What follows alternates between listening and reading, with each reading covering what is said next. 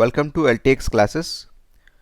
As part of our UPSC Mains 2021 papers analysis, we have seen essay and we have seen General Studies paper 1, and this is the third video in the series.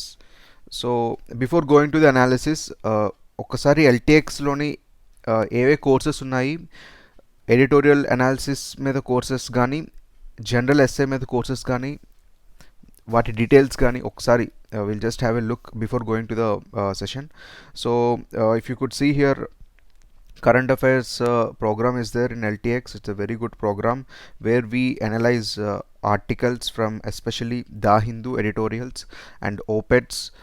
We will take one op-ed, ఒక op-ed తీసుకొని వాటిలో నుంచి మనకి UPSC పర్స్పెక్టివ్లోని అది మనం ఎలా analyse చేయాలి, analyse చేసిన తర్వాత మన సిలబస్ ఏదైతే ఉందో దాన్ని మనం ఎలా ఇంటిగ్రేట్ చేసుకోవాలి, ఇంటిగ్రేట్ చేసుకున్న తర్వాత ఉన్న నాలెడ్జ్తోని మనం క్వశ్చన్స్, అది ఎంసీక్యూస్ కానీ కావచ్చు, లేకపోతే ఆన్సర్ రైటింగ్ కావచ్చు, మెయిన్స్ క్వశ్చన్స్ కావచ్చు, మనం ఎంతవరకు మనం ఇక్కడ ఎక్వైర్ చేసుకున్న నాలెడ్జ్ నుంచి ఎంతవరకు మనం ఆన్సర్ చేయగలుగుతున్నాము అని ఒక integrated and you could say scientific మెథడాలజీలోనే క్లాసెస్ అయితే మాత్రం జరగడం జరుగుతుంది. The first stage, second stage and third stage, all stages are imbibed in this very Hindu editorial analysis course.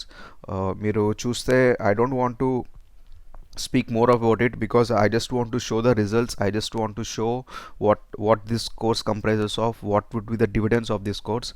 There are like 10 questions directly ఇప్పుడు నేను మనం చేయబోయే జనరల్ స్టడీస్ పేపర్ 2 యూపీఎస్సీ ఏదైతే ఇచ్చిందో ఈ పేపర్ నుంచి 10 క్వశ్చన్స్ మేము ఆల్రెడీ ఎడిటోరియల్ అనాలిసిస్ క్లాసెస్లో మేము డిస్కస్ చేసాం. దాని మీద మేము ఆల్రెడీ క్వశ్చన్స్ కూడా రాసాము. So if someone who attended our classes, it would be very beneficial for everyone who is giving this time mains. And moreover, ఈ కోర్స్ స్టార్ట్ అయ్యి కూడా ఆల్మోస్ట్ 1 month అవుతుంది అంతే, 1.5 month అవుతుంది అంతే. మేము తీసుకున్న ఎడిటోరియల్స్ ఒక 15 ఎడిటోరియల్స్ తీసుకున్నాం. ఈ 15 ఎడిటోరియల్స్ నుంచే మాకు 10 క్వశ్చన్స్ వరకు రావడం జరిగింది. So it's a very new course, started just a month ago. So ఇంత చిన్న టైంలోనే ఇంత జంప్ అయితే, లీప్ ఫార్వర్డ్ అయితే వెళ్ళడం జరిగింది. సో కమింగ్ డేస్లోని ఇప్పటివరకు governance and polity and some other social issues editorials మీద ఫోకస్ ఎక్కువ చేయడం జరిగింది. కమింగ్ డేస్లోని ఇంటర్నేషనల్ రిలేషన్స్ కావచ్చు, ఏవైనా editorials, anything which is significant, దాన్ని 360 వ్యూస్ వచ్చి కవర్ చేస్తాం. కాబట్టి మనం ఖచ్చితంగా యూపీఎస్సీ ఏ డొమైన్లో అడుగుతుందో ఆ డొమైన్ని ఖచ్చితంగా టచ్ చేయడం అనేది జరుగుతుంది ఈ కోర్సెస్లో. ఏదో ఎడిటోరియల్ ఆర్టికల్ ఉంది కదా, ఆర్టికల్ని ఆర్టికల్ లాగా అనలైజ్ చేసేసి అలా అక్కడ నుంచి విడిచిపెట్టేయడం కాకుండా, అక్కడ నుంచి మనం ఏం నేర్చుకుందాన్ని ఎలా అప్లికేషన్ చేయాలి. The application part is very important. Classes అందరూ చేస్తారు, చదవడం అందరూ చదువుతారు, కానీ నేర్చుకుంది ఎలా అప్లై చేసామని దానివల్లే మనకి రిజల్ట్స్ వస్తాయి. అలా అప్లై చేసిన వాళ్ళే ఆన్సర్స్ రాయగలుగుతారు. ఇప్పుడు మీరు చూస్తే క్వశ్చన్స్ ఏవి కూడాను ఒక సోర్స్ నుంచి తీసుకున్నట్టు క్వశ్చన్స్ అయితే ఒకటి కూడా లేదు యూపీఎస్సీ మొత్తంలో. అది ప్రిలిమ్స్ కావచ్చు, మెయిన్స్ కావచ్చు, ఎక్కడ మీకు వెర్బాటియం కాపీ టు కాపీ ఇన్సర్ట్ నుంచి డైరెక్ట్గా లిఫ్ట్ చేసి ఇక్కడ అడిగారు, లేకపోతే ఈ పేజ్ నుంచి డైరెక్ట్గా లిఫ్ట్ చేసి పెట్టారు అనే క్వశ్చన్స్ అయితే మీకు ఉండవు. కాకపోతే అవి చదవడం వల్ల మనకు ఒక నాలెడ్జ్ అంటూ ఎక్వైర్ అవుతుంది. ఒకే ఒక సోర్స్తో మనం స్టిక్ అయిపోవడం కన్నా వేరియస్ వైడ్ రీడింగ్ అంటూ ఇస్తూ ఉంటే మనకి వేరియస్ పర్స్పెక్టివ్స్ మనకి ఇన్కల్కేట్ అయ్యి మన రాసిన ఆన్సర్స్ కూడా చాలా డైవర్స్గా ఉంటుంది. So that is the main intention of this editorial analysis. That's it's analysis. It's not just a concept class, it's not just mere editorial reading. Okay, so this is the one part of the program, and one another part is like we have general essay also. You could have also already seen my general essay analysis, where I analyzed all the 8 essays with multiple aspects. Brain storming ఎలా చేయాలి, ఉన్న general studies knowledge నుంచి మనం general essay ఎలా రాయొచ్చు అనే aspects మనం already చెప్పడం జరిగింది. If you cut missed, you can also watch that video. That is already available in your playlist section. Okay, in the general analysis usually we take topics according to the themes. ఇప్పుడు మనకి చాలా themes ఉన్నాయి: women, environment, technology, governance, okay, philosophical, abstract themes. So various themes ఇప్పుడు మీరు చూస్తే ఈసారి 8 out of 8 I'm so sorry. 8 out of 8 essays came from these two themes, ఫిలోసాఫికల్గా అబ్స్ట్రాక్ట్గా. సో ఇంతకు ముందు ట్రెండ్లోనే అయితే మాత్రం ఇవన్నీ ఫార్మల్ ఎస్సెస్ అంటాం. I will take some more detail in the classes. These are we call these as formal essays, these are informal essays are philosophical essays. So ఇప్పుడు ట్రెండ్ ఇవైతే ఎక్కువ అడగడం జరుగుతుంది. కానీ ఈ ఫార్మల్ ఎస్ఎస్ రాయడం కన్నా ఇన్ఫార్మల్ ఎస్ఎస్ రాయడం కొంచెం కంపారిటివ్లీ టఫ్ థింగ్, బికాస్ డైరెక్ట్గా చెప్పలేదు కాబట్టి మనం చెప్పే పాయింట్స్ కూడా ఇచ్చిన థీమ్కి మనం ఎలా ఇంటర్నెట్ రిలేట్ చేస్తూ రాస్తున్నాం, అది important. These details already covered in that essay analysis video, very detailed, in a very detailed manner. But talking about the course, we deal about most of these themes, all the topics we segregate. అన్ని past years క్వశ్చన్స్లో వచ్చిన అన్ని టాపిక్స్ని ఒక దగ్గర తీసుకొని దాన్ని ఒక theme బిడ్గా buildup చేసి దాన్ని డిస్కస్ చేసి కాన్సెప్ట్స్ బిల్డ్ చేసి క్లాస్లోని ఫస్ట్ కాన్సెప్ట్స్ బిల్డ్ చేసి అసలు ఎస్ఏకి కావాల్సిన రూల్స్ ఏవైతే ఉన్నాయో అవి డిస్కస్ చేస్తాం. రూల్స్ డిస్కస్ చేసి కాన్సెప్ట్స్ వచ్చిన తర్వాత అసలు ఎస్ఏ రాయడంలోని టైప్స్ ఏంటి, ఒక మెథడాలజీ ఏంటని చూస్తాం. ఇంట్రడక్షన్లో రాయడంలో ఎన్ని టైప్స్ ఉంటాయి, బాడీ ఇంట్రడ్యూస్ ఎలా చేయాలి, ఇంట్రడ్యూస్ చేసిన బాడీతోని మన కన్క్లూజన్ ఎలా డిరైవ్ చేయగలుగుతాం. సో అవన్నీ మనం చూడడం జరుగుతుంది. This is one of the comprehensive course. If you want to details you can call up this number and know the details. So if this is done, let's dive into our GS2 analysis. So yes, if you could see here, the first question is about constitutional morality. This is okay, sorry, I'm so sorry. Before going into this analysis, let's see a brief bird eye view about the paper, the trends and everything. So GS1 లానే GS2 కూడా maximum static to dynamic paper వచ్చింది. ముందు మీరు 2014 నుంచి అదే 13లో syllabus మారింది కాబట్టి 13 నుంచి ట్రెండ్స్ ఎలా అనలైజ్ చేస్తే మీకు ఫస్ట్ స్టార్టింగ్లోని జిఎస్ అంటే ఎక్కువగా మనకి కరెంట్ అఫైర్స్ సెంట్రిక్కే వచ్చేవి. అంటే స్టాటిక్ పార్ట్స్ అంటే డైరెక్ట్గా ఇప్పుడు there are questions examine the 14th finance commission reports కానీ, లేకపోతే there is one question which asked about to list about the aims and objectives of ఎస్సీఓస్. సో అలాంటి క్వశ్చన్స్ ఏంటంటే యూజువల్లీ అలాంటి క్వశ్చన్స్ మనం యూపీఎస్సీలో ఎక్స్పెక్ట్ చేయం, ఎందుకంటే కరెంట్ సెంట్రిక్ కాబట్టి దాని ఇంప్లికేషన్స్ ఏమవుతాయి అదే మనం ఎక్స్పెక్ట్ చేయొచ్చు. కానీ డైరెక్ట్గా దాని ఆబ్జెక్టివ్స్, దాని standards, there is I vaguely recall a question on WHO. I think in next paper there's one question on WHO where they asked us to list down all the guidelines of WHO on certain aspects. Okay, these are very fact centric, very remembering driven questions. So that is the trend here. Nowadays trend has shifted because UPSC అది మీకు మనకి ఎక్కువ current affairs మీద over dependence కావచ్చు, లేకపోతే people you can call it is a mania for current affairs కావచ్చు. They just want to narrow it down time to time. That is the charm of UPSC. ఎక్కడ ఎప్పుడు check పెట్టాలో వాళ్ళకి బాగా తెలుసు, ఎక్కడ చెక్ పెట్టాలో వాళ్ళకి ఖచ్చితంగా తెలుసు. సో మేబీ కానీ అలా అని చెప్పి కరెంట్ అఫైర్స్ ఇగ్నోర్ చేయాల్సిన అవసరం లేదు, ఎందుకంటే every question you can draw A current affair aspect. ఇప్పుడు మనకి స్టాటిక్ అయితే క్వశ్చన్లోని పార్ట్స్ అయితే ఉన్నాయి. ఇక్కడ చూడండి ఈ క్వశ్చన్లోని constitution morality rooted to Indian constitution itself and founded its essential facets. ఇంతవరకు స్టాటిక్ ఓకే, ఎందుకంటే it's talking about the constitution only. ఇక్కడ నుంచి చూడండి explain the doctrine with the help of relevant judicial decisions. This is a current affair centric. So you can't anytime, you can't never ever you can ignore the relevance of current affairs. Current affairs are the soul in UPSC preparation. Answer writing is the heart of UPSC preparation. These things you can't take away from your preparation at any time. So current affairs చాలా important. Current affairs చదవడం important, చదివిన దాన్ని analyse చేయడం ఇంకా important. So that is the trend. Okay, you definitely need a very strong foundation in order to deal about these questions. That is one thing that is very necessary. And moreover current affairs lo kuda ఇప్పుడు if you could see there are some questions అది only మనం usually మనం చదివేది 1 year current affairs చదువుతాం. అంటే ఇప్పుడు అక్టోబర్లోని మనకి prelims అయిపోయింది, ఇప్పుడు జాన్లో అవుతుంది కాబట్టి so will definitely read from 2020 to ఇప్పుడు 2021 ఎన్ని వరకు ఉన్నాయో కరెంట్ అఫైర్స్ అంతవరకు చదువుతాం. కానీ this time trend is bit shifted. As I said, UPSC is good at giving shockers. So అలానే ఇప్పుడు చూస్తే 15th ఫైనాన్స్ కమిషన్ గురించి ఇప్పుడు టాక్స్ జరుగుతున్నాయి, కానీ క్వశ్చన్ మాత్రం మనకి 14th ఫైనాన్స్ కమిషన్ గురించి వచ్చింది. నాకు చాలామంది మెసేజ్ చేశారు, సార్ మేము క్వశ్చన్ చూసుకోకుండా 15th ఫైనాన్స్ కమిషన్ రికమెండేషన్స్ రాసేసామని. సో అది అవుతుంది, ఎందుకంటే మనం ఎప్పుడు ఎక్స్పెక్ట్ చేయం, ఇది already done and dusted 14th finance commission అని. కానీ ఎవరైనా ఇప్పుడు అడిగితే క్వశ్చన్ ఏదైనా 15th ఫైనాన్స్ కమిషన్ చేంజెస్ కూడా వచ్చాయి, వాటి దాని మీద సౌత్ డివైడ్ నార్త్ డివైడ్ ఆ డిబేట్స్ కూడా చాలా వరకు ప్రొలాంగ్ అయ్యాయి. అప్పటికీ వాళ్ళు 14th ఫైనాన్స్ కమిషన్ అడిగారు. సో కానీ if a student who is known the things, who knows the in and out of UPSC, అతను 15th ఫైనాన్స్ కమిషన్ ఒక్కటే చదవడు. 15th ఫైనాన్స్ కమిషన్ చదివినప్పుడు ఖచ్చితంగా someone who has some sort of knowledge about UPSC and all, they'll definitely read 15th finance commission along with the 14th finance commission. రెండు చదువుతారు, రెండింటిని compare చేస్తూ చదువుతారు. That is the smartness of reading and those people only get selected. So that's ఇప్పుడు అవి అందరికీ ఉండాలి, బిగినర్స్కి కూడా అలానే చదవాలని నేను ఖచ్చితంగా అది నేను చెప్పట్లేదు. That would be very amateur of me. నేను అలాగైతే చెప్పట్లేదు, కానీ you definitely if you join the classes, if you are in the right hands, you will definitely there are some people to take care of all these things. అది నేను చెప్తున్నాను. Those things are definitely dealt in our classes.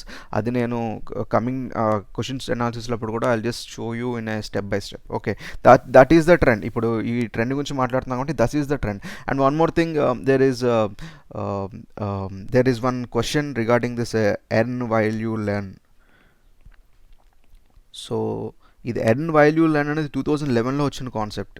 కాకపోతే దీన్ని ఇప్పుడు రీసెంట్గా రీవ్యామ్ చేసి దీన్ని హిందీ టైప్లో మార్చేసి కమావ్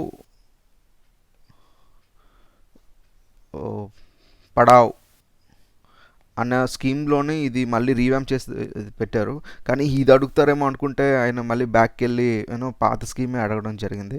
so these are the things about. And if you see this first question, constitutional morality కూడా మనకి ఇది సబర్మలర్ డిబేట్స్ ఒక 2 years బ్యాక్ ఎప్పుడైతే అవుతున్నాయో అప్పుడు ఇది ఎక్కువ న్యూస్లో ఉంది.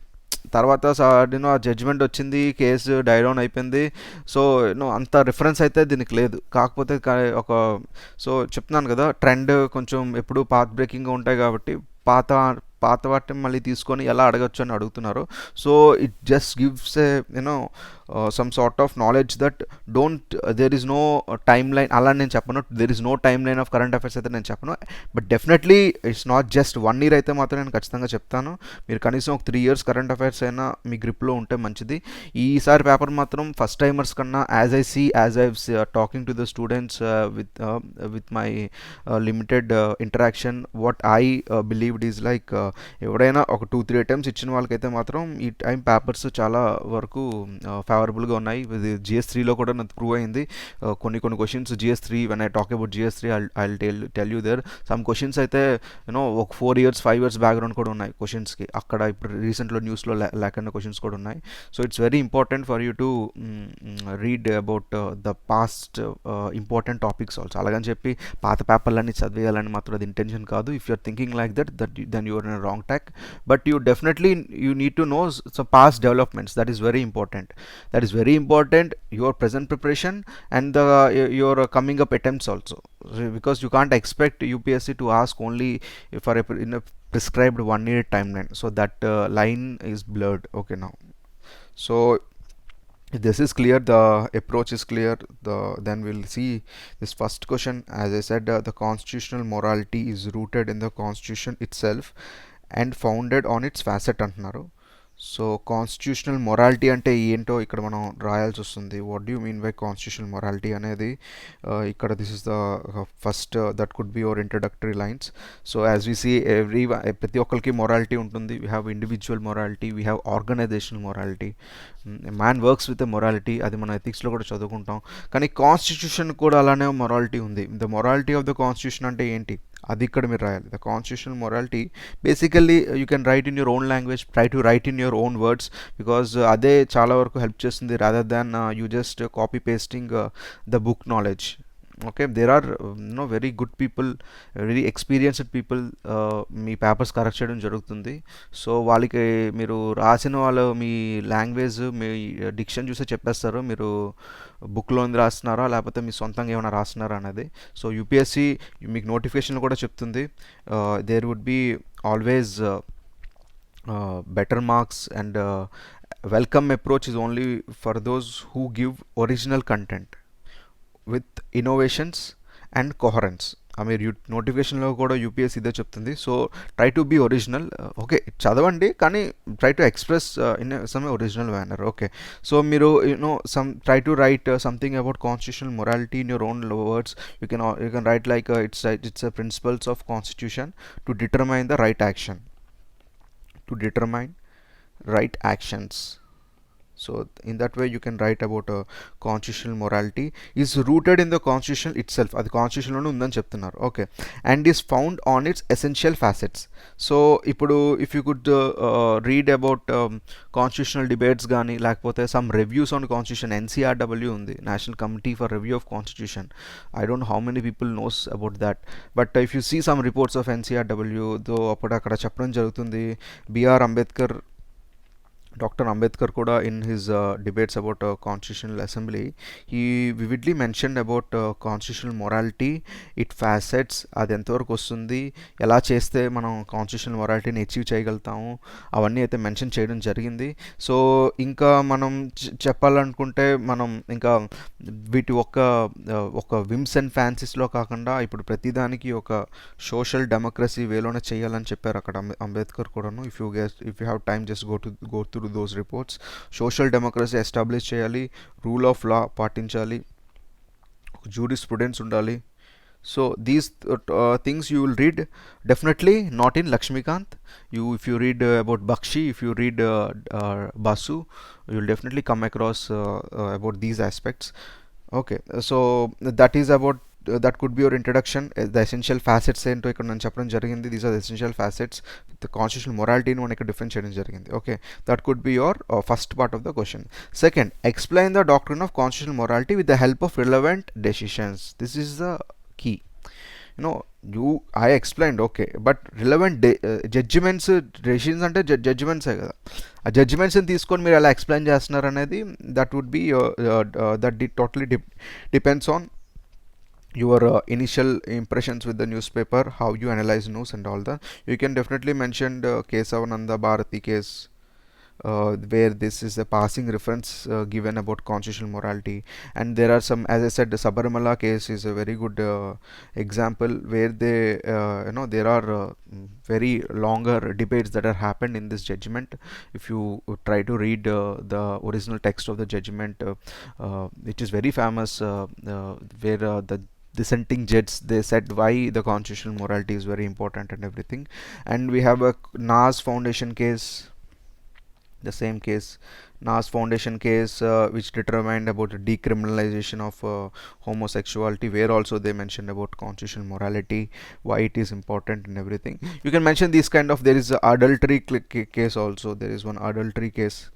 Okay, you can, there also it mentioned about constitutional morality.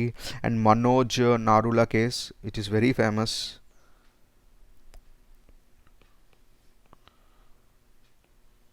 ఇది రూల్ ఆఫ్ లా మీద ఉంది. So this is also one of the reference given for constitutional morality. So this is about the first question. So if you could see, we have broken down the question into parts. We explained each part differently and we interrelated with the judgments. If you have done only 150 words, ఇక్కడ నేను రాసిందో 50 words ఉంటుంది. So దీన్ని మీరు explain చేసినప్పటికే మీకు you will reach the time limit and the word limit. Okay, so that is about the first question. Let's see the second one. Discuss the desirability of greater representation of women in the higher judiciary to ensure diversity, equity and inclusiveness. So the catch is here, the discuss, that is the directive, desirability of greater representation of women representation మనకి కావాలి in the higher judiciary to ensure, these are the terms, diversity ఉండాలంట, equity, everyone should be equal, equity is different from equality, I know, you guys know about it. Inclusiveness, ఖచ్చితంగా women participation, definitely it will be an inclusion for every policy, for every organization and everything. But here there is one beauty about this question. The beauty is here it's nowhere mentioned about Indian. If someone who observed it, then they'll definitely get some brownie points here. when some extra marks also, because ఇక్కడ higher judiciary అన్నారు కానీ ఇది ఇండియనే సంబంధించి చెప్పలేదు ఇక్కడ. So there are the cases in UK, in US also, where the similar arguments are been happening. Because ఇక్కడ ఇండియాలోనే కాదు, ఇండియాలో ఖచ్చితంగా women representation in higher judiciary అంటే usually high courts and supreme courts, ఇలా చాలా తక్కువ ఉంది, అది అందరికీ తెలిసిందే. వీ హార్డ్లీ, ఇప్పుడు ఎవరికైనా అడిగితే hardly we can name about some very great female serving judges, retire అయిపోయిన వాళ్ళు కాదు, సర్వింగ్ జడ్జెస్. ఇప్పుడు నాకే గుర్తొస్తే నేను I can only name Kohli ma'am, తెలంగాణలో చేశారు, ఇప్పుడు now she went to supreme కోర్ట్కి వెళ్ళిపోయారు అనుకుంటా. Indu Malhotra ma'am, very good when it comes to feminism, when it comes to women centric judgments. So I can only remember barely one or few names. So that's why this is become an issue in the whole world as concerned, not just talking about India. So US, UK lo kodanu the same crisis has been happening, because there is no equal representation about women. But women, you here మీరు ఇక్కడ discuss అన్నారు, so you have to discuss this very point, the desirability of greater representation to women in higher judiciary. అది ఎందుకు అని మీరు ఇక్కడ discuss చేయాలి. ఎందుకంటే డెఫినెట్లీ మనకు తెలిసింది, ఇప్పుడు మనం చూస్తే ఇప్పుడు జుడిషియరీ పక్కన పెట్టండి, నార్మల్గా మీరు పోలీస్ స్టేషన్కి వెళ్ళినా ఫస్ట్ మీకు మనకి ఇప్పుడు దిశ పోలీస్ స్టేషన్స్ ఉన్నాయి ఏపీలోనే, తెలంగాణలో మీకు షీ టీమ్స్ ఉన్నాయి. So in I think in Rajasthan we have pink police అనుకుంటా, I don't know about the state, but there is a concept of pink police where mostly for women and all. So the role of women is ever important in every field, because వాళ్ళని ఎందుకు పెడతారంటే when women comes, there comes the concept of sensitization. అది చాలా important. There are women issues, అది women feel అయినంత ఈజీగా ఒక men అయితే ఫీల్ కాలేరు, అది it's totally gender specific.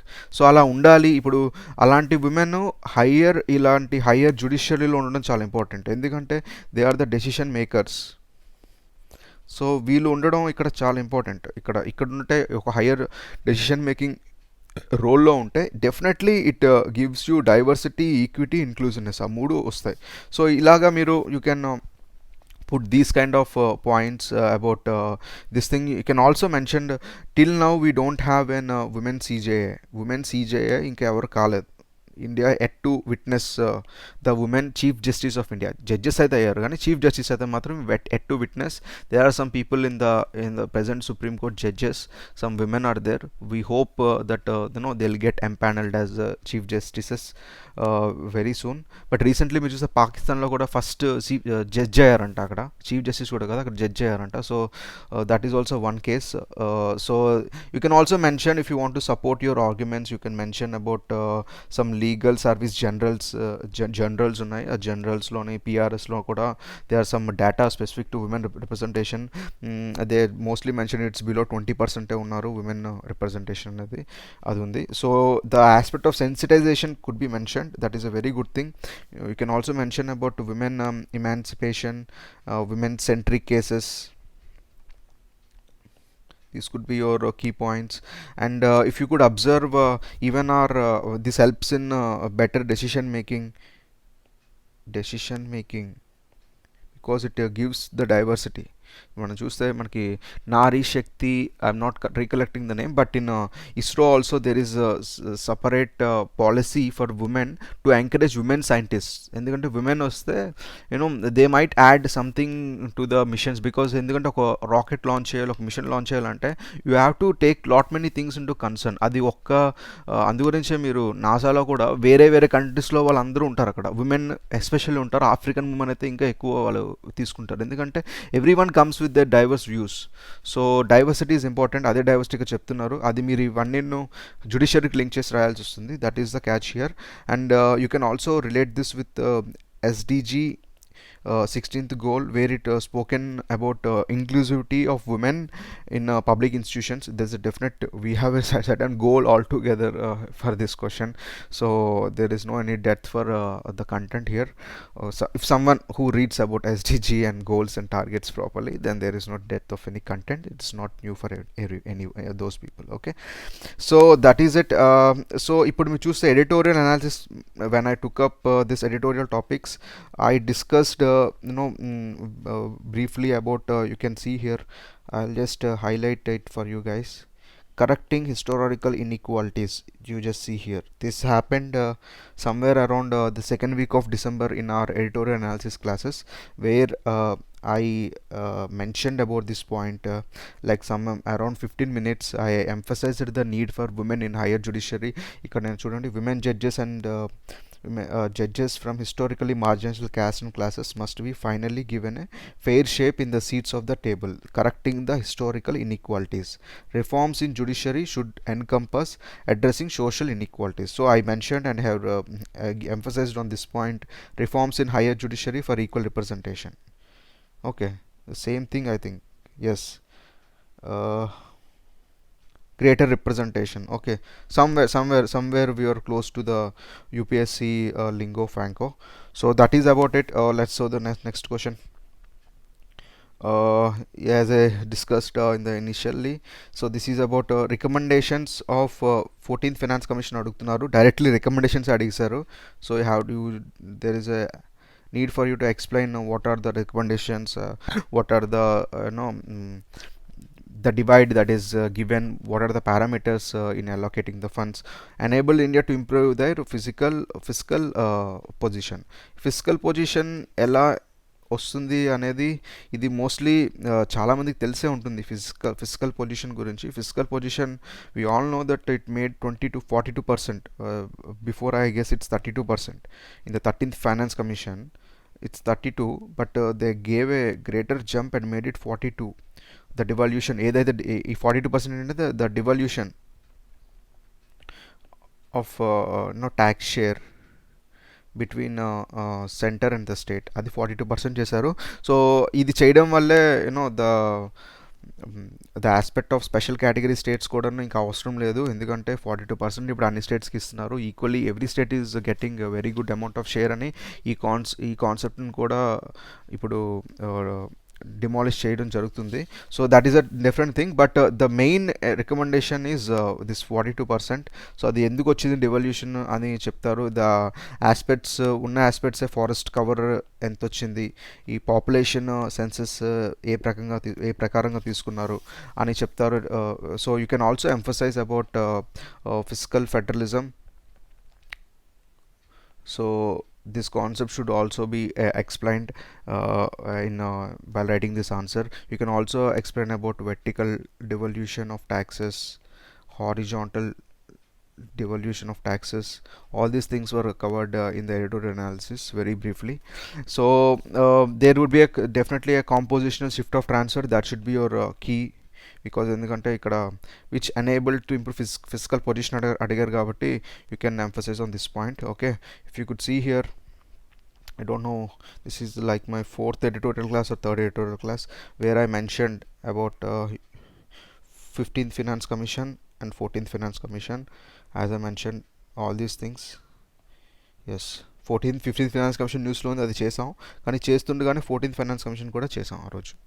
So you can enroll into the course, you can see the recordings where all these details are mentioned. Okay, that is it. Let's go to the next one. To what extent, in your view, Parliament is able to ensure accountability of the executive in India? Parliament able to ensure accountability of executive in India? It is a quite static question. ఇంకా చెప్పాలంటే ఇది ఒక prelims క్వశ్చన్లా ఉంది. Prelims క్వశ్చన్లో options ఇచ్చి ఎలా accountability check చేస్తారు అన్న బేసిక్ క్వశ్చన్ అయితే అడగడం జరిగింది. సో కానీ ఇక్కడ వచ్చిన ఇబ్బంది ఏంటంటే, ఇప్పుడు చాలామంది నాకు మెసేజ్ చేసినప్పుడు కూడా నేను చెప్పాను వాళ్ళకి కూడా, క్వశ్చన్స్ ఈజీగా ఉన్నాయి, మాకు తెలిసినవే ఉన్నాయి, మేము ఆన్సర్స్ రాసేస్తామంటే అందరికీ తెలిసినవే ఉన్నాయి. మీకు తెలిసిందంటే అందరికీ తెలిసిందే. If someone who cleared prelims, it is expected that he or she will have some degree of knowledge. అది వాళ్ళకి ఈజీగా ఉంటుంది, వీళ్ళకి ఈజీగా ఉంటుంది. కానీ మార్క్స్ వచ్చినప్పుడు అందరికీ రావు. అడిగిన దానికి ఎంతవరకు రాస్తున్నారు, ఎంత కోహరెంట్గా రాస్తున్నారు, ఇచ్చిన ఈ టైంలో ఎందుకంటే ఒక్క క్వశ్చనే కాదు కదా, 20 క్వశ్చన్స్ ఉన్నాయి, టైం ఓన్లీ 3 hours ఉంది. పెన్ను పెడితే మళ్ళీ పెన్ను పైకి ఎత్తడానికి టైం కూడా ఉండదు అసలు. అంత ఫాస్ట్గా రాయాల్సి వస్తుంది. సో అలాంటి టైంలోని మీరు ఈ క్వశ్చన్కి ఎంత వరకు జస్టిఫై చేశారనే దాని మీద మీ మార్క్స్ డిపెండ్ అయి ఉంటాయి. Questions might be easy, but you need to remember that it not just for you, it is easy for everyone. కానీ ఎవ్రీ వన్గా ఉన్నప్పుడు this is a competitive examination. Only when you give some sort of differences, some sort of novelty in your answer, some sort of some judgment, some report, some articles extra than the other person, then only you'll get marks. Okay, that is done in our answer writing sessions. We will see everything there. So that is about it. You can write basic aspects for the control. You can talk about question hour, you can talk about 0 hour, where the control of the parliament happens. Okay, and you can also talk about you can also talk about no confidence resolution, no confidence motion. You can talk about censure motions. Okay, office of profit could be your argument. So these are the aspects that could be covered. This is one of the static question. So next question: pressure groups play very vital role in influencing public policy making India. Explain how business associations contribute to public policies. So this is one of the expected question, because public policies are in news, be it for FCRA గానీ ఉండొచ్చు, లేకపోతే the type of protests that are happening in our country, farm protests కానివ్వండి, ఇప్పుడు దానికన్నా ముందు CA protest కానివ్వండి, all this protest there is definitely there is one civil society or an NGO, or all these pressure groups or interest groups are all or somehow directly or indirectly supporting these aspects. Okay, so the role is there, that can't be denied. That what I'm thinking that prompted UPSC to pick up this question. So vital role ఎందుకు ఉంది, vital role in influencing public policy, అది ఎందుకు అనేది మనం discuss చేయాల్సి వస్తుంది ఇక్కడ. ఎందుకంటే అన్ని పాలసీస్, అన్ని ఆస్పెక్ట్స్ గవర్నమెంట్ అయితే డీల్ చేయలేదు. ఖచ్చితంగా the role of public policy is very important. ఎందుకంటే the limited resources are very limited in government. ఇంకా టేక్ కేర్ చేయాల్సిన ఆస్పెక్ట్స్ కూడా తక్కువ. ఇప్పుడు బెగ్గర్స్ ఉన్నారు, బెగ్గర్స్కి గవర్నమెంట్ పాలసీ ఏముంటుంది?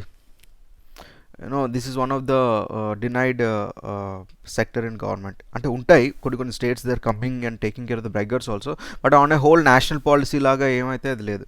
So and more thing if you say stray dogs కానివ్వండి, లేకపోతే they are some aspects where the government can't reach to each and every one. మీరు ఇక్కడ ఏదో ఫ్లడ్ వచ్చింది, అక్కడ చాలామంది ఒక ఫ్యామిలీలో they lost lives. So government కొంతవరకే ఆదుకోగలదు, కొంతవరకే ఎక్స్గ్రేషియా ఇవ్వగలదు. కానీ I've seen some of the NGOs and all, they will just adopt, they give the better lives and everything. So the most of the time the role is very significant. Okay, so that is the case. You can talk about these aspects, pressure groups and their influence in public policy, because every pressure group's influence in public policy, and every pressure group comes with some degree of research. They have some degree of data that could be definitely used for public policy and the policy making. So that could be. And one more thing, and second part, student, explain how business associations contribute to public policies annaru. Business associations, ఇప్పుడు I think you know about labor codes. ఇప్పుడు ఇంకా అది nation స్టేజ్లోనే ఉంది, ఇంకా మనకి labour codes రావాల్సి ఉంది. సో ఆ టైంలోని ఇప్పుడు బిజినెస్ అసోసియేషన్స్ నుంచి కొన్ని ఇన్పుట్స్ తీసుకుంటున్నారు. ఎలా వాళ్ళకి వెల్ఫేర్ ఎలా ఇస్తే బాగుంటుంది, వాళ్ళ స్కేల్స్ ఎలా పెట్టాలి, వాళ్ళ యాక్ట్స్ ఏవైతే మనకి the acts which directly address this unorganised people, వాటిని ఎలా బెటర్మెంట్ చేస్తే బాగుంటుంది అని చెప్పి talks are happening with the business associations. So that aspect could also be included. It's only 150 marks. So sorry, 150 words and 10 marks. So this could be sufficient. So when we are discussing about NGOs and all, we spoke about all the types, and we have also spoken about pressure groups in our classes. So this is one more thing. Okay, next thing. Okay, this question, it's a very beautiful question. Besides being a moral imperative of welfare state, okay, primary health structure is necessary precondition for sustainable development. Such a general statement asking you to analyze. Okay, you need to analyze. Whenever the analyze comes, you need to do with some solid facts. Okay, so ఇప్పుడు welfare state కాన్సెప్ట్ని మనం establish చేయాల్సి వస్తుంది. So అది primary health స్ట్రక్చర్తోని connect చేస్తూ explain అయితే చేయాలి. Primary health structure, you can start your question by talking about some welfare state, the idea of welfare state in the DPSPs. Okay, you can mention about Article 21, the types of welfare, be it this life and personal liberty types and everything. And you can mention about that could be your introduction for your welfare concept. You can mention about DPSP and the necessary articles. So danto partuga, you can emphasize on the next part, the primary structure antunaru, the role of primary structure.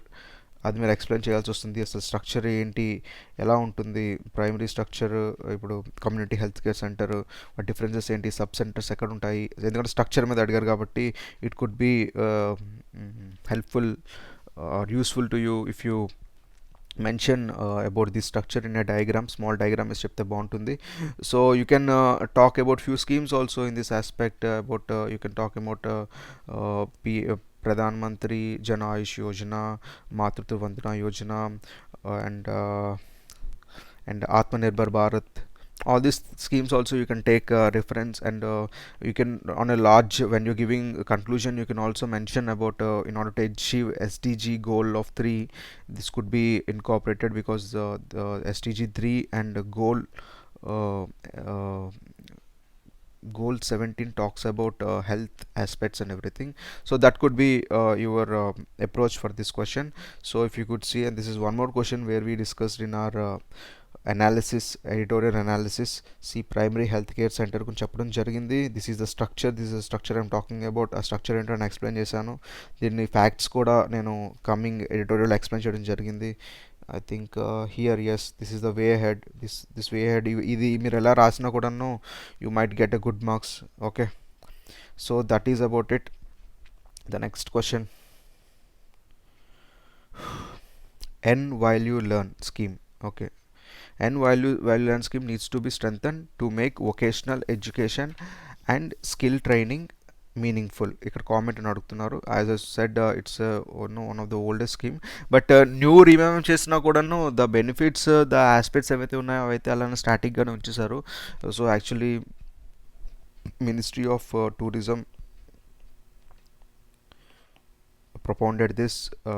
You can mention this is for students, they'll take students as volunteers 8 to 25 years వాళ్ళని ఈ స్కీమ్లోని eligible. దీనికి ఈ scheme mostly talks about this vocational education, skill training గురించి మాట్లాడుతుంది.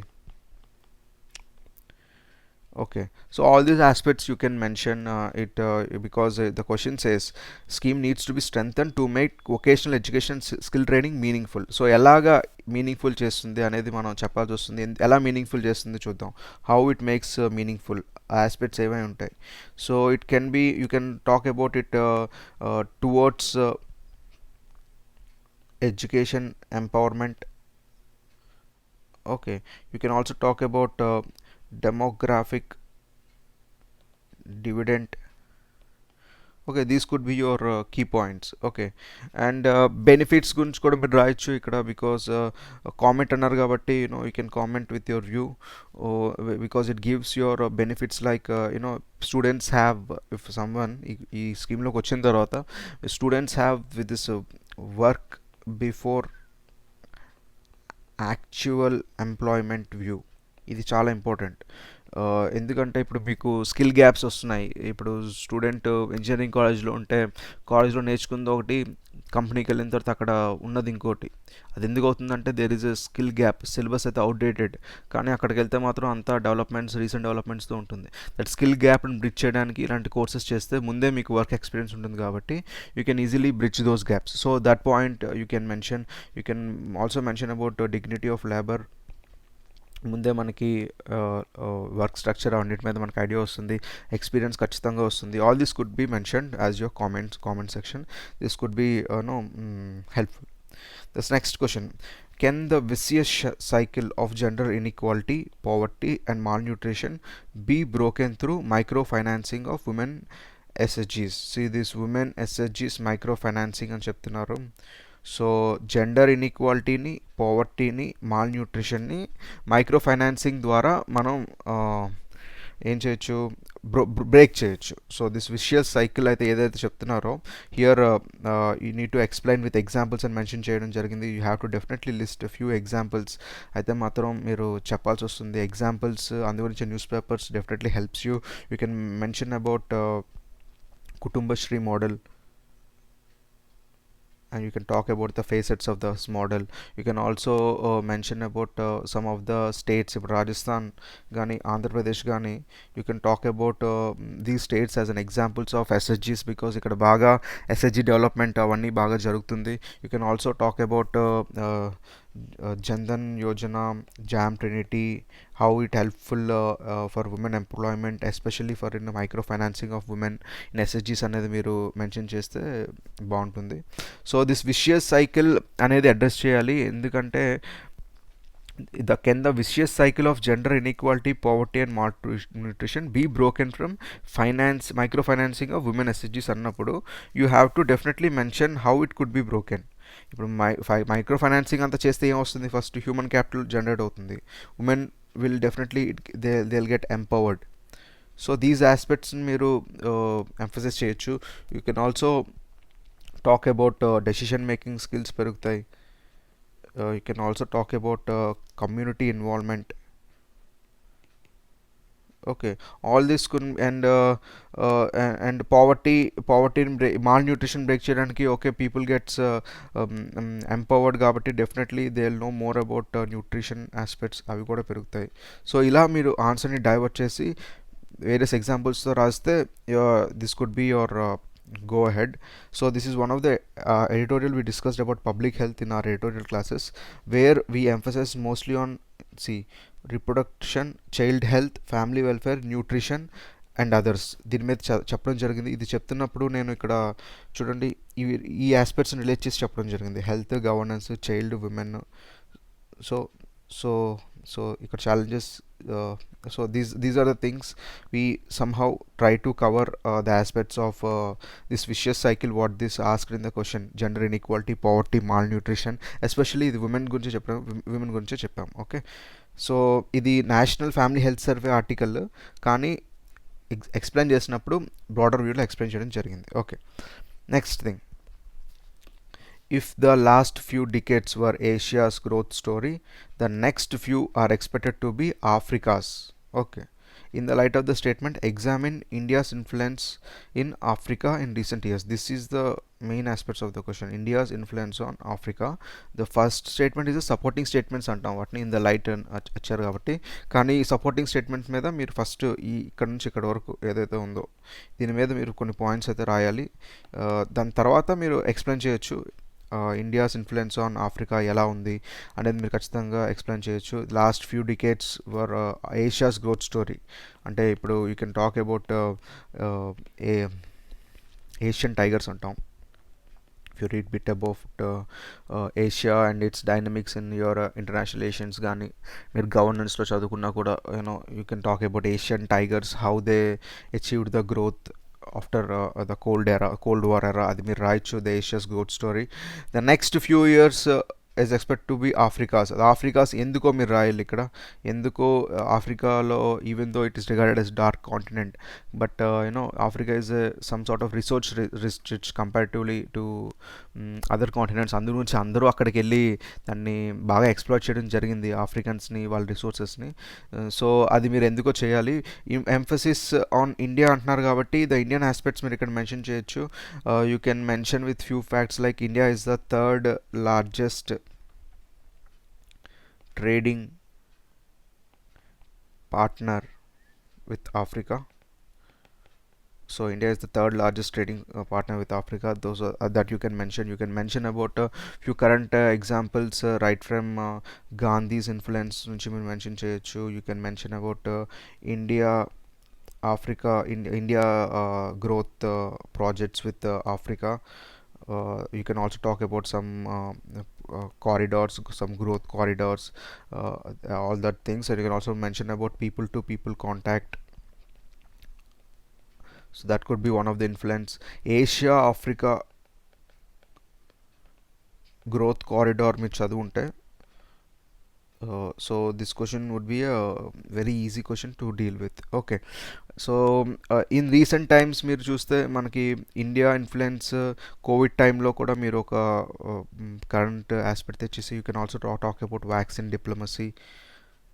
So India పంపించింది vaccine diplomacy. You can also talk about energy metrics. India ఇప్పుడు యుఎన్లోని ఇప్పుడు నాన్ పర్మనెంట్ మెంబర్గా వచ్చింది కాబట్టి India also talk about Africa and also try to bring about Africa's issues in the international platform that you could be mentioned in this very question. Okay, 10 marks ఇది points ఎక్కువ ఉన్నాయి. So ఉన్న వరకు mention చేస్తుంటే that could B a good one. Next, USA is facing existential threat in the form of China that is more challenging than the erstwhile Soviet Union. So ఇది చాలా deep question. So USA existential threat ఉంది, USA threat ఉంది. Okay, in the form of China అంటున్నారు. Okay, అందరికీ China నుంచి threat ఉంది, not just USA for that concern. So that is more challenging than erstwhile south union. So ముందు two forces ఉండేవి. So if you read about world history you'll get to know there are two polar world. అప్పుడు ఉండేది మనకి USA, USSR. So ముందు యుఎస్ఎస్ఆర్తో ఎక్కువ ఉండేది, ఇప్పుడైతే మాత్రం డైరెక్ట్గా చైనాతో ఉంటుంది. సో ఆ ఆస్పెక్ట్స్ మీరు కవర్ రాయాల్సి ఉంటుంది. This is one of the critical aspect in dealing this question. You can talk about by listing out the differences. USA కి చైనాతో ఏంటి, అసలు యుఎస్ఎస్ఆర్ చైనా ఎలా డిఫరెంటో మీరు ఫస్ట్ రాసి మీ ఆన్సర్ పెడితే బాగుంటుంది. To list a few, it's an eastern bloc mostly on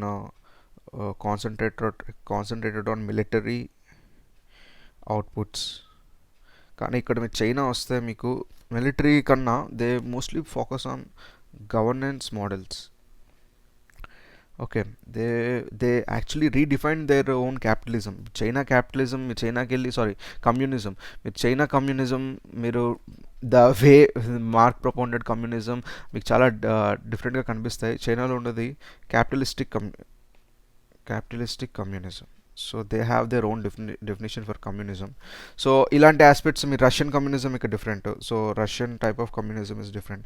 so these kind of aspects you can touch about these two countries. అప్పుడు టచ్ చేసిన తర్వాత then you can list down why it's an existential threat, because China is getting empowered. ఇప్పుడు USA for that matter Afghanistan నుంచి బయటకు వచ్చేయడానికి major కారణం ఏంటంటే most of the USA resources are getting attention is getting diverted to Afghanistan. They are missing so many aspects as by developing as a world leader. So చైనాకి మీద ఇక్కడ చైనాకి ఇలాంటివి ఏం లేవు కాబట్టి mostly on this imports and exports policy మీద వెళ్తుంది కాబట్టి బాగా డెవలప్ అవుతుంది. సో దాని గురించి బయటికి రావడం కూడా జరిగింది. So to check the China, so the manufacturing industry గురించి మీరు మాట్లాడచ్చు. Why China is becoming like a strategic importance అనేది you can touch upon. You can also talk about their economy aspects and technology aspects. So all these things that could be added upon in this question. Okay, next question. The next question is about CBI. The jurisdiction of CBI regarding lodging an FIR and conducting probe with a particular state is questioned by various states. However, the power of states to withhold consent to the CBI is not absolute antunaru. Withholding the consent is not absolute antunaru. So that is one part of the question. They're asking us to explain with specific reference to federal character of India. This is the crucial aspect. So ఈ statement ని jurisdiction of CBI in probing a particular state is questioned by various states. ఎందుకంటే ఈ first aspect first చూద్దాం, ఇది ఎందుకు ఇది ఒకసారి చూద్దాం ఒకసారి ఇక్కడ. So the jurisdiction of CBI regarding launching FIR and conducting probe within a particular state is being question by various states. ఎందుకంటే some states they withdrawn the consent. ఎందుకు కన్సెంట్ విత్డ్రా చేసుకున్నారు అని చూద్దాం. సిబిఐ ఇన్వెస్టిగేట్ చేయాలంటే state consent ఇవ్వాలి. అసలు ఎందుకు ఇవ్వాలి అంటే CBI it's not a constitutional body. For that man it might be a statutory body అని కూడా పర్టికులర్గా అనలేము, ఎందుకంటే స్టాచ్యుటరీ యాక్ట్ అంటూ సపరేట్గా లేదు. ఇది established, even though it got established by Delhi police special establishment act 1946. You know the sections, particularly section 5 and section 6, talks about the powers of CBI in this act, which are quite debatable. I think it's 2013 Guwahati court declared CBI as an illegal body. దాని తర్వాత 2013లోనే మళ్ళీ supreme court ఈ జడ్జిమెంట్ని quash చేసింది అనుకోండి, అది వేరే విషయం. So all these things ఏంటంటే సిబిఐ రోల్ని ఎప్పటికప్పుడు క్వశ్చన్ చేయడం అయితే జరుగుతుంది. సిబిఐ రోల్ గురించి, సిబిఐ ఎస్టాబ్లిష్మెంట్స్ గురించి, even if you see our seventh schedule and the lists. ఇప్పుడు పోలీస్ అనేది స్టేట్ సబ్జెక్టు. ఓకే, ఇప్పుడు CBI central government agency. Okay, ఇప్పుడు వచ్చి ఇక్కడ ఇంట్రూడ్ అవ్వాలి, స్టేట్లో ఏదైనా చేయాలంటే ఖచ్చితంగా యూ జస్ట్ నీడ్ పోలీస్ అనే స్టేట్ సబ్జెక్ట్ కాబట్టి పోలీస్తో పాటే కలిసి పనిచేయాలి కాబట్టి. So definitely encroaches upon the powers.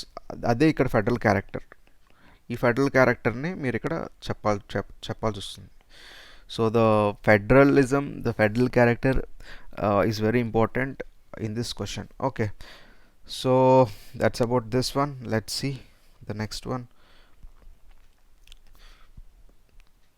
Though the HRC Commission have contributed immensely to the protection of human rights in India, yet I'm so sorry, this question is over. Okay, we discussed in our editorial analysis about CBI also very recently. CBI నేను చెప్పాను చూడండి, ఇక్కడ Guwahati court చెప్పిందని చెప్పి. So all these things we mention about in this article. CBI constitutional body or statutory body, this DPSC act, everything I dealt very briefly in my editorial session. So this is also been asked in this mains paper. The next one, the Human Rights Commission have contributed immensely to protection of human rights in India, yet they have failed to assert themselves against mighty and powerful. Okay, analyzing their structure and practical implications suggest remedial measures. This is very old question. If someone who been preparing like some 4 to 5 years, they'll definitely know that NHRC is a very old topic.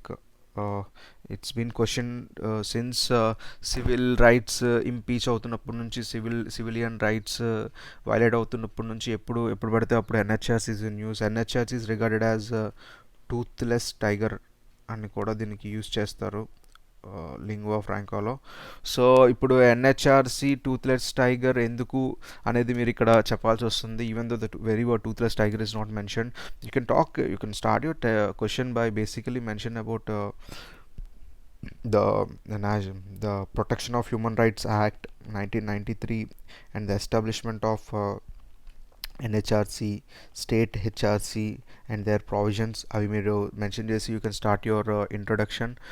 You can talk about few challenges ఏంటో చెప్పాలి, ఎందుకంటే limitations అన్నారు ఇక్కడ చెప్పారు కాబట్టి you have to mention about few challenges like NHRC already limited staff ఎప్పుడు ఉంటారు. అన్నిటికన్నా పెద్దది ఏంటంటే these recommendations are non binding, just recommendations for the sake of it. Okay, most of the officers in NHSRC are on deputation. They don't have any separate cadre staff. So all these things you can mention. Limited jurisdiction kuda you can mention. The jurisdiction is very limited.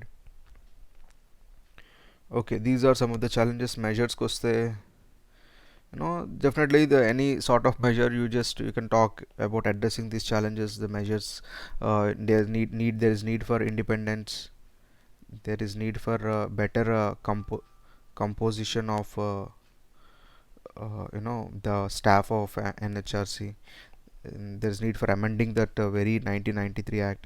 These could be your aspects when you're talking about NHRC. Okay, so 13th question, analyze the distinguishing features of the notion of equality in Constitution of USA and India. This is one of the classic old question. You have to list about ikkada list cheyalsi vastundi em cheyalsi vastundi distinguishing feature of notion of equality అనే aspect ని USA constitution ఎలా ఉంది, India constitution లో ఎలా ఉన్నది అని మీరు చెప్పాల్సి వస్తుంది. అది ఎలా ఉన్నది అనేది it is not a very difficult one, because already if you read about Indian constitution at work కానీ లేకపోతే ఇండియన్ పొలిటికల్ థియరీ ఎన్సీఆర్టీ కానీ మీరు చదువుంటే అందులోని బ్రీఫ్గా ఇవ్వడం జరిగింది.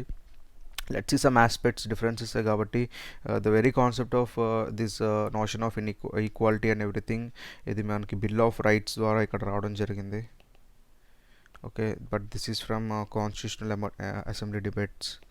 Okay, this is the 14th amendment to the US Constitution in 1868. This is mentioned through this part 3 fundamental rights. Equal protection of law is emphasized here. Okay, here it's equality before law of British and equal protection of law of USA. రెండింటిని మనం imbibe చేయడం జరిగింది ఇక్కడ. Okay, so these are the aspects. ఇక్కడ civil and legal equality గురించి ఎక్కువ emphasis చేస్తే మనం emphasised on civil socio economic equality. So you can write your answer by this kind of table format, because distinguishing of notion of equality అన్నారు కాబట్టి ఏవైతే aspects ఉన్నాయో అవి మీరు ఇక్కడ కవర్ చేయొచ్చు. Okay, the next question, constitutional provisions explain చేయమని చెప్తున్నారు. Explain the constitutional provisions under legislative councils are established. Legislative assemblies కాదు, లెజిస్లేటివ్ కౌన్సిల్స్, ఎమ్మెల్సీస్ ఉంటారు ఇక్కడ. సో దిస్ లెజిస్లేటివ్ కౌన్సిల్ గురించి review the working of the current status of legislative councils with suitable illustrations. సో వీటిని legislative councilని explain చేస్తూ దీని current status కూడాను చెప్పమంటున్నారు. ఇలిస్ట్రేషన్స్ అంటే కొన్ని ఎగ్జాంపుల్స్ కూడా ఇవ్వమంటున్నారు. So you can start with like any basic question. You can start with article 169, which talks about the creation and abolishment of legislative councils. You can talk about article 171, which talks about composition. So that could be your starting aspects. ఎందుకంటే this is a polity paper, it is expected that you mention few articles here. Then you can talk about ఇప్పుడు utility. దీన్ని ఇప్పుడు MLCs ఈ legislative councils పెట్టడం వల్ల మనకి ఎంతవరకు useful అవుతుంది అనేది మీరు మెన్షన్ చేయవచ్చు. You can talk about bringing diversity. ఏదైనా సెకండ్ హౌస్ ఉంటే it definitely brings diversity in policy making. Okay, it checks hasty legislations. ఒక చెక్స్ అండ్ బ్యాలెన్సెస్గా ఉపయోగపడుతుంది. It also helps us to bring pressure among the legislative assembly candidates అంటే MLAs మీద వాటి మీద pressure అయితే మొత్తం తీసుకోవడం ఉంటుంది. Review the working of the current status అన్నారు కదా, this is the current status. Illustrations you can mention about the states which have MLCs. You can talk about briefly AP, Telangana, talk about Karnataka and other states where legislative councils are prevalent. You can end your answer with a few concerns, even though concerns are not briefly mentioned in the question, but the current status అన్నప్పుడు ఖచ్చితంగా మంచితో పాటు చెడు కూడా ఉంది కాబట్టి you can talk about few concerns. ఎలాంటివంటే it actually AP government of AP has given a recommendation to the central government to abolish these legislative councils because they are creating a lot of burden on the exchequer. So burden on exchequer దాని మీద మీరు చెప్పొచ్చు. You can talk about this non-binding nature of these recommendations. So that could be your catch here. The next question is about department related standing committees. For anyone who is a student of public administration, it's a very easy question for them. Department related parliamentary standing committees అనే chapter మన public administration చదవడం జరుగుతుంది. So you need to talk about this DRSCs and their function. That is the question. Okay, the DRSCs keep administration on its toes and inspire reverence for parliamentary control. Evaluate the working of such committees. The basic question is about DRSCs. వాటి role గురించి అడిగారు ఇక్కడ, and their control అడిగారు. And you need to evaluate the committees. దీన్ని evaluation మనం చేయాల్సి వస్తుంది. So వాటి రోల్ ఏంటో రాస్తారు, వాటి రోల్ అంటే వాటి ఫంక్షన్స్, దాని యూస్ఫుల్ ఏంటి, బిల్స్ని ఎగ్జామిన్ చేస్తాయి, that could be the function. Policy మేకింగ్లోని హెల్ప్ చేస్తాయి, పాలసీ ఫార్ములేషన్లోని, that could be a function. ఈ కంట్రోల్ ఎలా చేస్తుందంటే యూనో ఈ ఎగ్జామినేషన్, పోస్ట్ ఎగ్జామినేషన్లోని చెప్పిన రికమెండేషన్స్ అన్ని చేశారో లేదో కంట్రోల్ చేస్తుంది. ఇంకా this committees these committee reports could sometimes presented to the president, అక్కడ కూడా మీకు కంట్రోల్ ఉంటుంది. So these are the controls. But ఇవాల్యుయేషన్లోనే మీకు ఉంటే there is no transparency, reports అయితే బయటవైతే ఉండవు. ఇంకా there is no binding for these reports also. Okay, ఇక్కడ మెయిన్ ఏంటంటే ఇంత రీసెర్చ్ అంతా జరుగుతుంది, కాకపోతే దానికి there is no research support. Okay, that could be the evaluation for this question. The next one, has digital illiteracy, particularly in rural areas, coupled with lack of ICT accessibility, hindered socio-economic development? This question is very easy for those who attended our editorial sessions. ఇక్కడ మీరు చూడండి. So let's talk about, then I will show you. ఇక్కడ ఏంటంటే the digital illiteracy గురించి అంటున్నారు. You should have to mention what is the digital illiteracy. Not having knowledge about computers and applied computer related devices, దాన్ని digital illiteracy అంటారు. You can mention the definition of digital illiteracy, better mention about digital illiteracy that was defined in digital India mission. Okay, so particular in rural ఏరియాస్లో digital illiteracy ఉంది, couple with lake of ICT accessibility. Okay, ఇక్కడ digital illiteracy అయితే ఉంది, illiteracy ఉంది, కానీ ఇక్కడ accessibility కూడా ఉంది. సో దీని రెండింటిని కలుపుకొని మీరు రాయాలి. ఇది ఏం చేస్తుంది రెండు ఉండడం వల్ల? They hindering the socio economic development. Okay, so ఎలా అయితే ఈ రెండు ఎలా హిండర్ చేస్తున్నాయి సోషియో ఎకనామిక్ డెవలప్మెంట్ అనేది మీరు ఆన్సర్ చర్న్ చేస్తూ రాయాల్సి వస్తుంది ఈ క్వశ్చన్లోనే. So you can talk about certain aspects like, ఇప్పుడు ఈ రెండు లేకపోతే, యాక్సెసిబిలిటీ లేకపోతే, డిజిటల్ లిటరసీ ఉంటే, then definitely there is no possibility for e governance. కానీ ఈ సిటిజన్ రోల్ అని కొత్తగా మనం మాట్లాడుతున్నాం, సో అవి మనకి లేకుండా పోతాయి. They can also talk about no access to quality education. It's telemedicine అనే ఆస్పెక్టే ఉండదు. ఈ కోవిడ్ టైంలో టెలిమెడిసిన్ అనేది చాలా ఇంపార్టెంట్. ఇప్పుడు మీకు ఐసీటీఏ లేకపోతే అన్నిటి దగ్గరికి అంబులెన్స్ వెళ్ళదు కాబట్టి, so it is very impossible. And e commerce facilities ఉండవు. So the same thing, no these could be your catch lines. And you can also, ఇక్కడ ఈ ఎడ్యుకేషన్ గురించి మాట్లాడుతున్నప్పుడు, క్వాలిటీ ఆఫ్ ఎడ్యుకేషన్ గురించి మాట్లాడుతున్నప్పుడు, you can talk about few schemes in the government. ఇప్పుడు MOOCs ఉన్నాయి, NPTEL lectures ఉన్నాయి, so వాటి గురించి you can emphasise. So these aspect is covered in our lectures. You can related government initiatives for e learning, e Pathshala, స్వయం, NEAT, ప్రజ్ఞాత, NPTEL. So ఇక్కడ మన e governance గురించి covered in hour editorial session. Okay, so that is it. And next question, తో the women in post-independent India have excelled in various fields, social attitude towards women and feminist movements have been patriarchal. Apart from women education and women empowerment schemes, what intervention can help change this milieu అంటున్నారు. So women empowerment గురించి it's one of the key topic in UPSC. You can talk about this women empowerment. Women post, especially post India, have excelled in various fields. The social attitude towards women and feminist movements have been patriarchal అంటున్నారు. So even the two aspects, ఇక్కడ women అయితే XL అవుతున్నారు, కానీ patriarchy అయితే ఉంది. Okay, apart from women education and women empowerment schemes, what interventions can change this milieu? women related schemes అయితే ఉన్నాయి మనకి. బేటీ బచావ్, బేటీ పడావ్ ఉంది, ఇక్కడ స్టార్టప్ అండ్ స్టాండప్లో కూడా ఉమెన్ సిగ్నిఫికెన్స్ ఉన్నాయి. There women and entrepreneur related schemes, various schemes అయితే ఉన్నాయి, కానీ ఇక్కడ స్కీమ్స్ కాదు. ఇక్కడ ఇక్కడ అంటుంది ఏంటంటే అపార్ట్ ఫ్రమ్ స్కీమ్స్ ఉన్నాయి, దాని కాకుండా what interventions can help this milieu. Interventions, ఈ ఇంటర్వెన్షన్స్ ఏంటి అది మీకు బుక్స్లో లేవు ఖచ్చితంగా. ఆ ఇంటర్వెన్షన్స్ ఏవి ఉన్నాయో అనేది మీరు once you read about newspapers, then only you'll get to know. You can mention about few women in this field. ఇప్పుడు మీకు కల్పన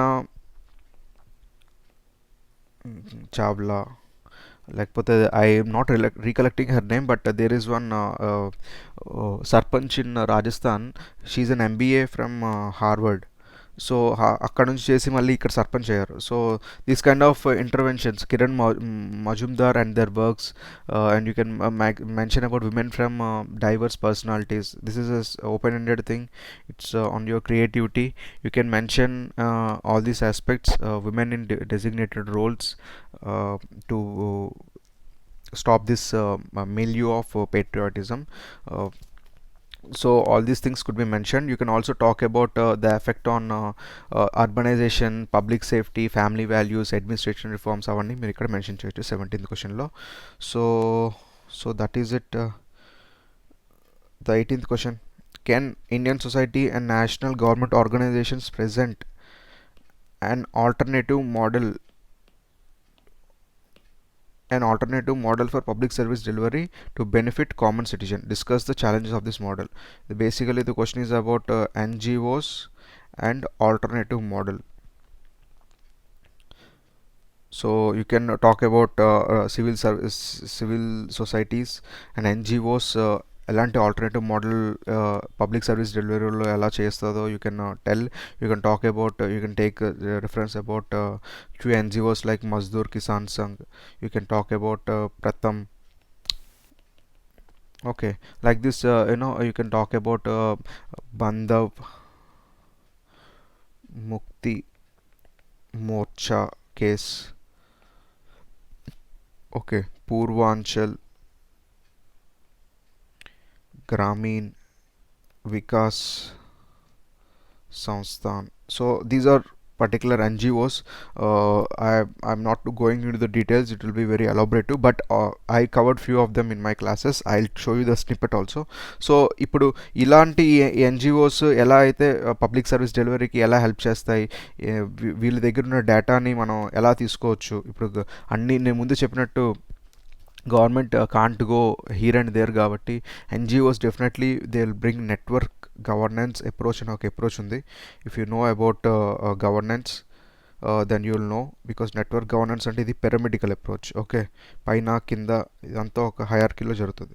నెట్వర్క్ గవర్నెన్స్ అంటే ఇలా ఉంటుంది, మీ ఇన్పుట్స్ అనేది మీరు ప్యారల్గా కూడా తీసుకుంటారు. ఇక్కడ ఎన్జిఓస్ తీసుకుంటారు, ఇక్కడ పబ్లిక్ తీసుకుంటారు, ఓకే, ఇక్కడ సివిల్ సొసైటీ తీసుకుంటారు. సో ఇలా ఈ నెట్వర్క్ గవర్నెన్స్ అప్రోచ్ని మీరు లింక్ చేస్తూ ఈ answer you can write about, you can go ahead this answers. You can also talk about few challenges, ఎందుకంటే ఇప్పుడు FCRA we're talking lot about it. You can talk about those challenges, about their funding and the control of the government. Some biased NGOs కూడా ఉన్నాయి, ఇది ఒకటే కాదు. They are some funded NGOs only for certain biased views. So అవి కూడా మీరు మాట్లాడితే బాగుంటుంది ఇక్కడ. Okay, so next question. So okay, before going to the next question, you see we covered in our classes, we covered about this NGO, we need civil society organization, is brief ga cover cheyadam jarigindi. You can see here Mazdoor Kisan Shakti Sangathan, this I mentioned. So these points could be your cue. Okay, yes. So next one, critically examine the aims, objectives of SCO. These are all international relation questions. SCO, you can mention about this SCO Strategic Council and how this Shanghai Cooperation Council and how this relations happens, what are the objectives. This is one of the strategic question, stock question. It helps us to define the aims cheppantunaru, objectives cheppantunaru. You can talk about ivi baga static question idi, not to remember all these things perfectly. It's definitely a challenge, but you can write some generalistic arguments here. You can write a strengthening the relations. strengthening the relations, strives for joint corporation. So you can write about that. You can also talk about what importance does it hold for India అంటున్నారు. Definitely you can talk about RATS, regional anti-terrorist structure in SCO. That is very important in India. It helps us to develop the bilateral relations for India. It makes India as a strategic important country. It promotes the brotherhood nations. So these are the general points you can talk about in this article. ఇక్కడ critically examine the aims and objectives అన్నారు కాబట్టి మీరు AIIMS and objectives mention చేసిన తర్వాత దీనిలో ఉన్న ఫాలోఅవుట్స్ ఏంటో కూడా మెన్షన్ చేయాల్సి వస్తుంది. క్రిటిసిజమ్స్ మీకు ఏంటంటే ఇది డిఫరెంట్ ఆర్గనైజేషన్స్ ఉన్నారు, ఒక్కొక్క దానికి దీనికి చైనా సపోర్ట్ ఇప్పుడు లేకుండా పోతుంది after Covid and all. So దాని గురించి మీరు ఎంఫసిస్ చేయొచ్చు. ఇండియా రోల్ తీసుకుంటే దీంట్లో ఎక్కువ బాగుంటుంది rather than all the countries కాకుండా. సో దాన్ని కూడా మీరు మెన్షన్ చేయొచ్చు ఇక్కడ. Okay, last question. This quad thing, I think this related to quad and AUKS. Okay, the newly trinational partnership AUKS అన్నారు. AUKS అంటే ఏ అంటే ఇక్కడ ఆస్ట్రేలియా యూకే యుఎస్ పేరులోనే ఉంది. Okay, so AUKS aimed at countering the China's ambitions in Indo-Pacific Ocean. It is going to supersede existing partnerships in the region. Okay, ఇంతవరకు okay. Discuss the strength and impact of AUKS. The same thing. AUKS ఏంటో రాస్తారు మీరు. AUKS why it is trilateral security partnership అనేది మీరు ఇక్కడ mention చేయాలి. ఇక్కడ India అయితే లేదు, there is no India in it. So ఆ రోల్ కూడా మీరు ఎందుకు లేదు, ఇండియా నామ్ పాలసీ ఏంటో అది మెన్షన్ చేస్తే బాగుంటుంది. And after this you can also talk about some positives. ఇప్పుడు it enhances the nuclear submarine regime. It acts as a deterrence to China, and it enhances the patrolling and surveillance. These concepts you can mention as the positives. Negatives koste it might supersede antaru, kada, going to supersede antaru. ela supersede chestadi endukante నామ్ని ఆసియాన్ని super చేసే powers దీనికి ఉన్నాయి. So because UK US Australia అన్నీ వచ్చేస్తే the super powers అన్నీ కలిపితే definitely the other regional organisations definitely a threat to them. So these aspects you can mention. So that's all about this analysis. I try to explain each and every question and try to give pointers for each and every question briefly. We have spoken about right from the starting. If you see, spoken about constitutional morality గురించి మాట్లాడడం, దాని aspects మనం చూడడం జరిగింది. Next we discussed about greater participation of women in higher judiciary గురించి నేను points చెప్పాను. తర్వాత 14th ఫినాన్స్ కమిషన్ దాని ఆస్పెక్ట్స్ ఏంటో మనం చూడడం జరిగింది. నెక్స్ట్ పార్లమెంట్ రోల్ ఎలా ఇంకా సిగ్నిఫికెంట్ చేయాలనే ఆస్పెక్ట్స్ చూసాం. నెక్స్ట్ అబౌట్ ప్రెషర్ గ్రూప్స్, వాటి ఆస్పెక్ట్స్, ఎటువంటి డెవలప్మెంట్స్ ఇస్తే బాగుంటుందని చూసాం. నెక్స్ట్ అబౌట్ వెల్ఫేర్ స్టేట్ అనేది PHC సంబంధించి చూడడం జరిగింది. సస్టైనబుల్ డెవలప్మెంట్ గోల్స్కి ఎలా ఇంటర్లేట్ చేయాలో కూడా చూసాం. Next N value lend scheme చూసాం, దాని ఆస్పెక్ట్స్ అయితే చూసాం. Next micro financing in women SHGs చూసాం. ఎగ్జాంపుల్స్ కూడా లిస్ట్ అవుట్ డౌన్ చేశాను నేను ఇక్కడ. Next Africa's and Asia's growth story and Africa's role, India Africa relations, the growth corridors, vaccine diplomacy మీద చూడడం జరిగింది. నెక్స్ట్ అబౌట్ USA థ్రెట్ ఏంటి, USA చైనాతో USSRతో ముందు ఎలా ఉంది, ప్రీ ఎలా ఉంది, ఇప్పుడు పోస్ట్ ఎలా ఉంది, ఎందుకు థ్రెట్ అయితే వచ్చింది, ఆ ఆస్పెక్ట్స్ అయితే మాత్రం కవర్ చేస్తాం. నెక్స్ట్ CBI దాని డిఫరెంట్ రోల్, ఫెడరల్ క్యారెక్టర్ ఎలా ఇంపీడ్ చేస్తుంది, దాన్ని ఇంకా ఎలా స్ట్రెంథన్ చేయాలనే ఆస్పెక్ట్స్ అయితే చూసాం. Next national human rights commission చూసాము, వాటి ఛాలెంజెస్ చూసాము, ఇంకా ఎలా సిగ్నిఫై చేయాలో మెజర్స్ కూడా చూసాం. Okay, next about the very concept of equality USAలో ఎలా ఉంది, UKలో ఎలా ఉంది, different aspects again. Next about legislative councils చూసాం, articles for legislative council significance, ఇంకా ఎలా ఎంపవర్ చేయొచ్చో చూసాం. Next about department related parliamentary standing committees అయితే చూసాం, దాని రోల్ చూసాం, దాని ఇవాల్యుయేషన్ చూసాం, ఎలా కంట్రోల్ చేస్తుందో చూసాం. Okay, next about digital illiteracy ఇక్కడ డిఫైన్ చేసాం. యాక్సెసిబిలిటీ ఆఫ్ ICT చూసాం. ఈ రెండింటి వల్ల మనకి హిండరెన్సెస్ సోషియో ఎకనామిక్ డెవలప్మెంట్కి ఎలా వస్తున్నాయో చూసాం. So this is about this question. Next question about women post independent India, the basic aspects uh, about women and patriarchism, and this is mostly, if you ask me, it's a bit of social issues related, social justice అనే aspect కూడా మనకు ఉంది కాబట్టి GS2లో ఈ social issues, social justice relate చేస్తూ you have to emphasize more on these interventions. What interventions can help change this milieu అన్నారు కాబట్టి milieu అంటే ఆల్రెడీ ఎగ్జిస్టెడ్ స్టీరియోటైపికల్స్ వాటిని ఎలా బ్రేక్ చేయాలనేది. So what you can mention the examples I mention here. Next about civil society NGOs, the mechanisms, their challenges and alternative models I also mentioned. This about this aspect. This is about SCO and its challenges. This is about AU KUS.